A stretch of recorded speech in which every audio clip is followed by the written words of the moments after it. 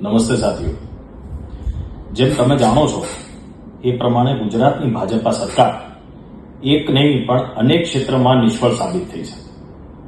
વારંવાર એ બધા મુદ્દાઓ અમારા દ્વારા એટલે કે કોંગ્રેસ પાર્ટી દ્વારા ઉજાગર કરવામાં આવતા હોય પણ એને બિલકુલ સંબોધવામાં આવતા નથી. તમે આજે જાણો છો કે સરકારી તંત્ર બિલકુલ ખાડે ગયેલું છે. સરકારી તમામ ક્ષેત્રમાં ભ્રષ્ટાચાર એની પરિકાષ્ઠા પર પહોંચ્યો છે. મોંઘવારી પરિકાષ્ઠા પર છે.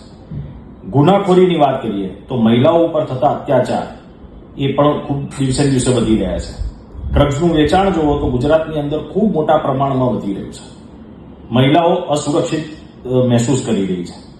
યુવાનોને બેરોજગારીના પ્રશ્નો દિવસે દિવસે વધી રહ્યા છે અને કદાચ એના જ કારણે ગુનાખોરી પણ વધી રહી છે. આજે ભરતી પ્રક્રિયાની વાત હોય, શિક્ષણ જગતની વાત હોય તો ભરતી પ્રક્રિયાની અંદર પણ વારે વારે ભ્રષ્ટાચાર આપણે જોવા મળ્યો છે.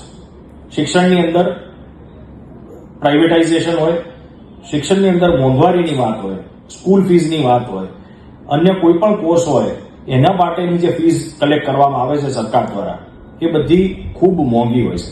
એટલે સાધારણ વ્યક્તિ એનું ભણતર પૂરું કરી શકે એ કન્ડિશનમાં હોતો પણ નથી. અને સાથે સાથે જે સરકારી સ્કૂલો છે કે મ્યુનિસિપલ કોર્પોરેશનની અંદર આવતી સ્કૂલો છે એ પણ દિવસે દિવસે બધી બંધ થઈ રહી છે. તમે ખેડૂતોની વાત કરો તો કમોસમી વરસાદના કારણે ખેડૂતોને જે પાકનું નુકસાન થયું છે એમના માટે પણ કોઈ રિલીફ ફંડ જાહેર કરવાની જગ્યાએ મારી દ્રષ્ટિએ માત્ર ને માત્ર એક લોલીપોપ જ આપવામાં આવ્યો છે. એટલે આ જે ધીમે ધીમે પરિસ્થિતિનું નિર્માણ થયું છે, લોકોની અંદર આ ખૂબ મોટો આક્રોશ છે. એમણે આને વાચા આપી છે. એટલે એક જવાબદાર વિપક્ષ તરીકે કોંગ્રેસ પાર્ટી જન આક્રોશ યાત્રા નીકાળી રહી છે. કાલે 21 નવેમ્બર વાવ થરાદમાં આવેલા ઢીમા ગામમાં ધરણીધર ભગવાનના દર્શન કરી આશીર્વાદ લઈ અને આ યાત્રાનો શુભારંભ થશે. ઉત્તર ગુજરાતમાં આ તમામ જિલ્લામાં ફરી અને મહેસાણાના બેચરાજી ખાતે આનું સમાપન 3 ડિસેમ્બરે કરવામાં આવશે. આ સમગ્ર ગુજરાતમાં યાત્રા ફરવાની છે. શરૂઆત ઉત્તર ગુજરાતથી થઈ રહી છે. એટલે જ તમામ લોકોને એક વિનંતી કરીએ છીએ કે આ યાત્રામાં જોડાઓ. અમે તમારા પ્રશ્નોને વાચા આપવાના છીએ. જનજાગૃતિ અને જન આક્રોશ જે છે એના સંદર્ભમાં આ યાત્રા નીકાળી રહ્યા છીએ.